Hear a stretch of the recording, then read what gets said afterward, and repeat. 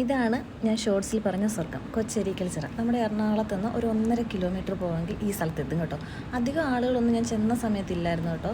അതുകൊണ്ട് തന്നെ വീഡിയോ എടുക്കാനൊക്കെ നല്ല രസമായിരുന്നു. പക്ഷേ താഴോട്ട് ചെന്ന് കുറേ ആളുകളൊക്കെ ഉണ്ടായിരുന്നേ. അപ്പോൾ എൻ്റെ ഒരു ഫ്രണ്ട് നേരത്തെ ഒരു തവണ പോയിട്ട് ഇതിൻ്റെ വീഡിയോ എടുത്ത് തന്നിട്ടുണ്ടായിരുന്നു. അപ്പോൾ അത് കണ്ടപ്പോൾ മുതലാണ് എനിക്കിവിടെ പോകാൻ ഒരു ആഗ്രഹം തോന്നിയത്. പിന്നെ ഞാൻ നാട്ടിൽ നിന്ന് വന്ന സമയത്ത് അവിടെ പോയി. അങ്ങനെയാണ് ഞാൻ ഈ സ്ഥലത്ത് ചെന്നത്.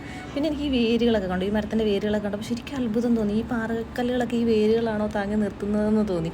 അമ്മാതിരി നല്ല രസമായിരുന്നു കേട്ടോ.